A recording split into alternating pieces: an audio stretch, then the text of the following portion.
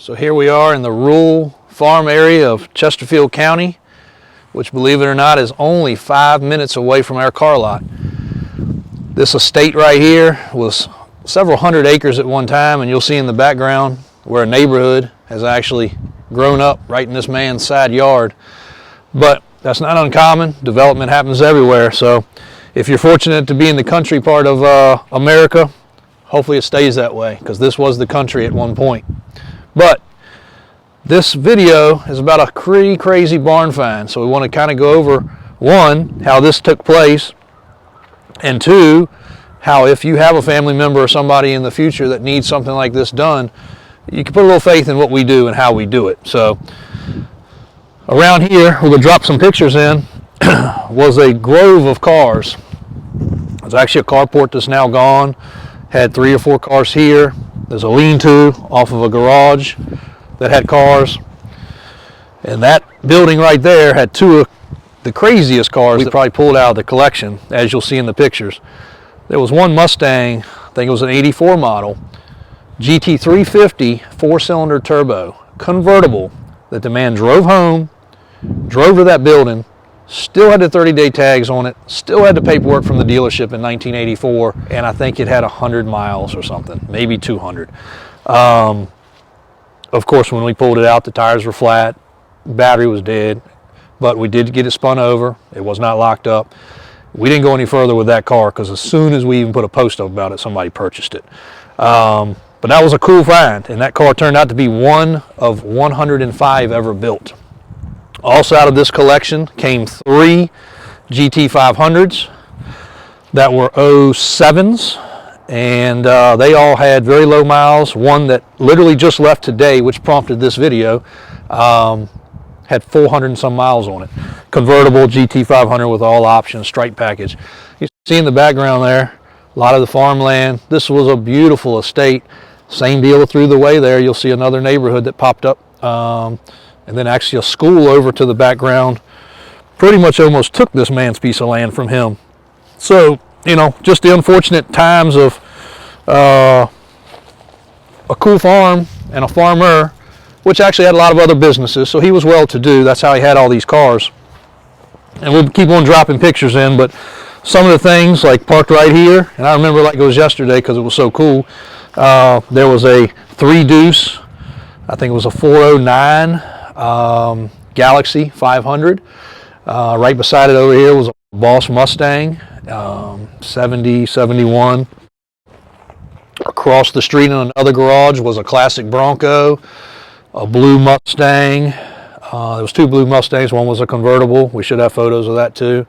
The GT500s, one of them was in another building over here. Total all in all. Alright guys, hope you're enjoying the video today. This video is brought to you by none other than Davis Auto Sales ourselves. Davis Auto Sales, Davis Motorsports, Above Average Trucks, all us, all in one.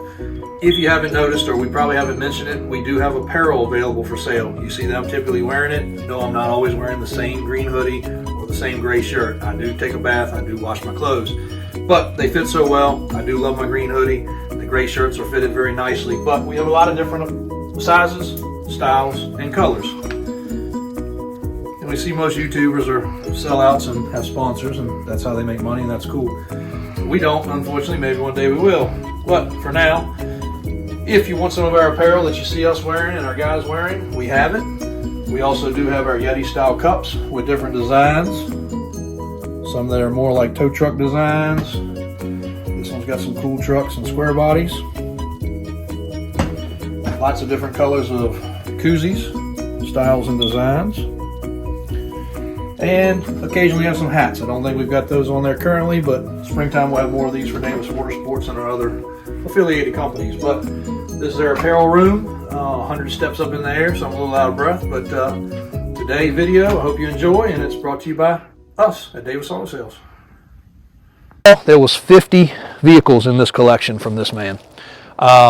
And we started off dealing with him. Now, he did get bad in health as time went on. This was something that went on for many years. But we started dealing with him. He was a friend of my father's. My dad had bought from him many, many times, and he'd bought some stuff from us, and he bought all his pickup trucks brand new. But he came to us with a Corvette. It wasn't running real well, And my dad said, hey, let my son list that car. That's a cool car. It was a C2 Corvette. And he said, my son can sell that. And he's like, no, Mr. Davis, I'm good with this. I'm going to sell it on my own. I can take care of it. And, you know, a year went by, the car still sat there. It was actually in his shop, kind of in the way. And my dad would go visit him, said, man, you're going to hurt that car. You're going to mess it up. A piece of equipment's going to hit it. I got it for sale. I got it on Craigslist, or I got it on the newspaper or something like that. Anything you wanted 50 grand for the car. And it was an okay car. It was worth 50 grand. So lo and behold, my dad passed away, unfortunately. And Mr. Huff was his name. He came over and said, hey, condolences about your dad, you know, and anything to do for the family. And I was like, no, we're good, appreciate that. And me and him had never really chatted. And he came back a couple days later, and again, just, you know, checking on the family, and really nice fellow. And he said, son, your dad told me you would sell that Corvette for me. I said, yes, sir, we could sell that Corvette. You know, we'll put it on the internet. It'll go on, you know, eBay, and it'll go on Facebook. It'll go on a lot of places. I said, we can get it out there. He said, I've already done a lot of that. And I said, I get it, you know. We just get a little more reach. He said, well, I want 50 grand. I said, yes, sir. That's what Dad, I remember him saying that, and that's probably a fair price for that car. It's worth that. You know, it needs a little TLC, but it's a cool car. So lo and behold, we took it in on consignment, wrote up the paperwork, you know, 50 grand to him. Our consignment's very unusual. We got a video about it if you haven't seen it. We'll do a fresh one if you haven't. But we posted the car for, you know, 52, 53, whatever the number was. We sold it right away. We sold the car within days. Shipped it to the customer. Customer was happy. So called him, said, hey, you know, the car's sold. You know, bring the title. We'll get you settled up. He said, how much did I get? And I said, you got 50 grand. He was like, I did? I was like, yes, sir, you got 50 grand. And he was just shocked. He was like, so my part is 50 grand. I said, yes, sir. You know, that's what you asked for. That's what I got you. You know, we made a little bit of money, and we're fine. You know, it's good. Okay. He still didn't believe it. When he came in and got the check, he looked at it like 5 times, and he was like, man, that's all right. You did what you said. Nobody does that. And I said, well, you know, that's what we agreed to, and that's what we're going to do. So lo and behold, it led to another car, and it led to another car, and finally, you know, he said, look, I'm just getting rid of all this stuff. I want to get rid of my building. I want to get rid of my storage. My farm's getting, you know, kind of consolidated, and I'm getting up in age, and I want to deal with my daughters, and we did. And lo and behold, it became a 50 vehicle purchase situation, and it was a real barn find. So most people can't back it up. We should have been catching this content at that time, but unfortunately, again, it was, my dad was passed away. We had a lot of other things going on, dealing with the business, and stuff like this was happening. You know, it happens all the time. Not 50, but we go out and buy 5, 10, 15 cars. You know, it does take place. But we should have captured this. This was the real deal. This wasn't some faked stuff for TV. It was real. It was 5 minutes away from the car lot, but it really was in the country. We'll go over and I'll show you a couple of the other barns. We bought some equipment. We bought other things.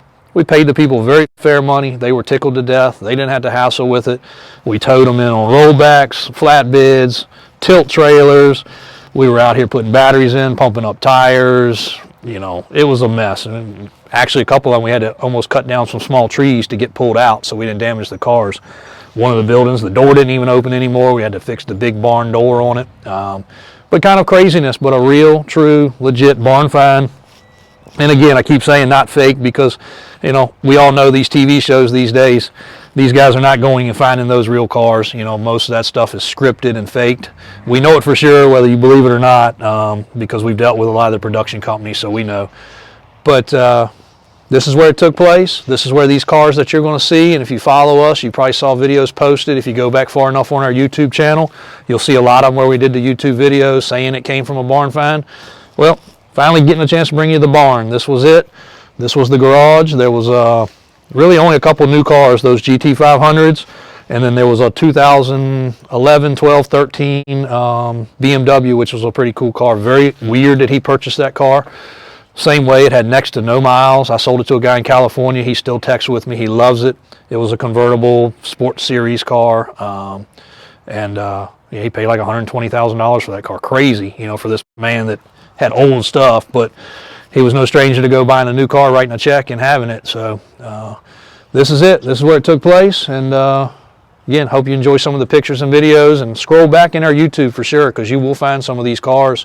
The old Bronco, the Bronco trailer that matched it, and we've just about got rid of everything. It took some of the cars several years to get paperwork straight, to get them cleaned, to get them reconditioned, to go through the shop. Some of them we fixed up, some of them we left completely raw and original. Some of them people saw in the background of other pictures and had to have it. You know, literally like, oh, my dad had one of those, please sell it to me.